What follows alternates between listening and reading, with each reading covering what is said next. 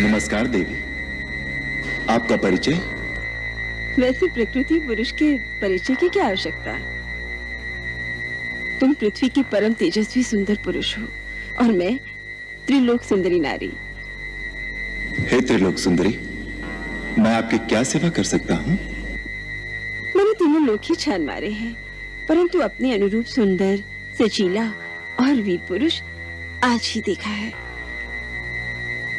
इस पृथ्वी पर न तुम जैसा कोई पुरुष है और न मुझ जैसी नारी। विधाता ने हम दोनों को एक दूसरे के लिए ही रचा है, इसलिए पति भाव रखकर मैं तुम्हारे पास आई हूँ। मैं इच्छा अनुसार रूप धारण करने वाली राक्षस कुल की राजकुमारी शूर्पणखा हूँ। मेरा नाम कामवल्ली भी है। राजकुमारी शूर्पणखा? हाँ, लंकेश्वर त्रिलोक विजय रावण का नाम तो तुमने सुना ही होगा।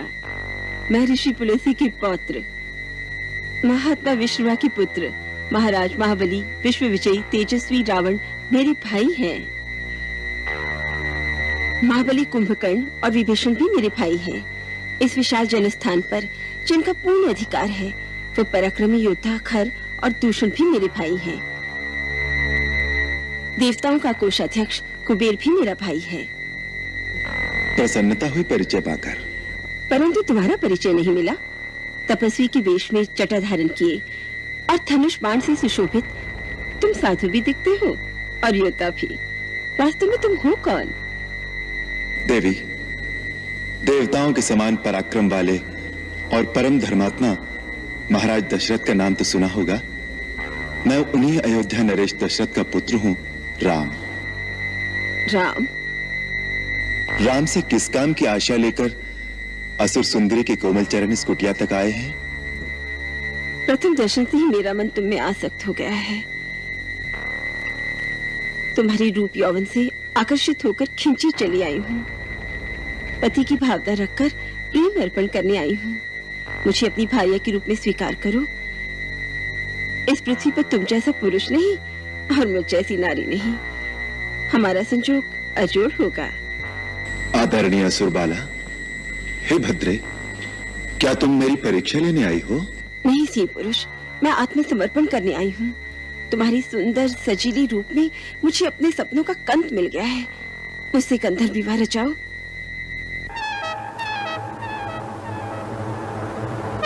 मैं विवाहित हूँ। ये मेरी परिणीता धर्मपत्नी सीता है।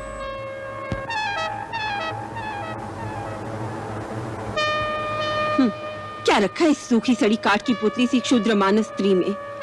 इसे तो मैं अभी खा जाऊंगी। उसके बाद तुम दंडक वन के राजा बनना और मैं तुम्हारी प्राण प्यारी रानी। हाँ, यदि तुम्हें इस पर दया आती हो तो ये भी पड़ी रहेगी हमारी दासी बनकर। हमारे वन प्रदेश में एक नहीं अनेक विवाह रचा सकते हैं। किंतु मैं एक पत्नी व्रत ले चुका हूँ, और फिर तुम जैसी स्त्री सौत का साथ कैसे सहन करेगी?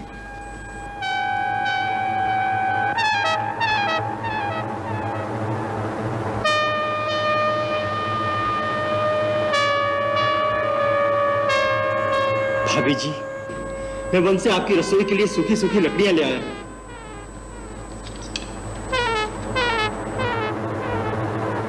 ये कौन है तुम्हारी ही जैसा सुंदर और सजीला? ये मेरा छोटा भाई लक्ष्मण है। अकेला है? हाँ, वन में तो अकेला ही है। तो ठीक है, मैं इसके सन्मुख विवाह का प्रस्ताव रखूंगी।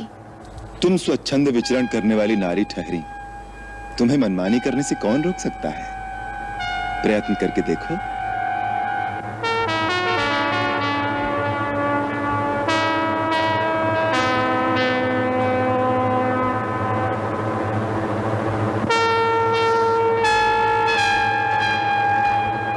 क्यों जी लक्ष्मण जी, अकेले हो? कहिए, आपको क्या कष्ट है? कष्ट नहीं, मैं तुम्हारे लिए सुख और आनंद का प्रस्ताव लेकर आई हूँ। अभी तो आप भैया से कुछ याचना कर रही थी।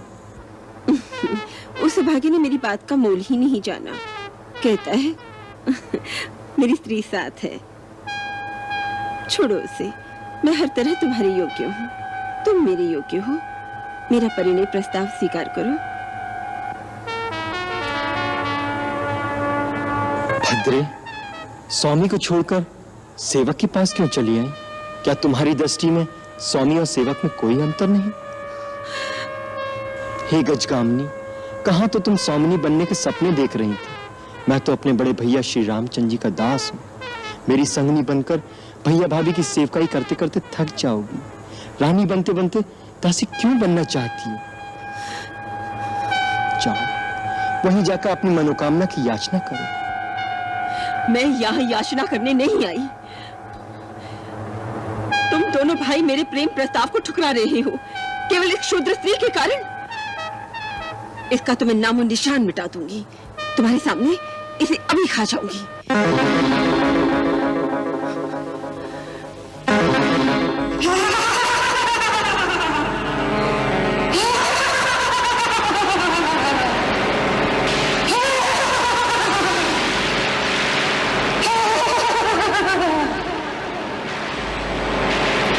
लक्ष्मण, कमल ककड़ी को चबाकर खा जाऊंगी। तब तक तुम मेरे साथ विवाह करोगे?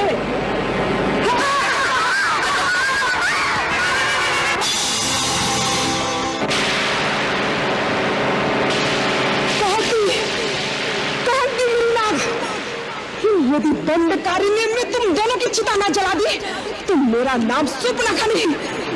मैं रावण की बहन नहीं, खरदूषण मेरे भाई नहीं।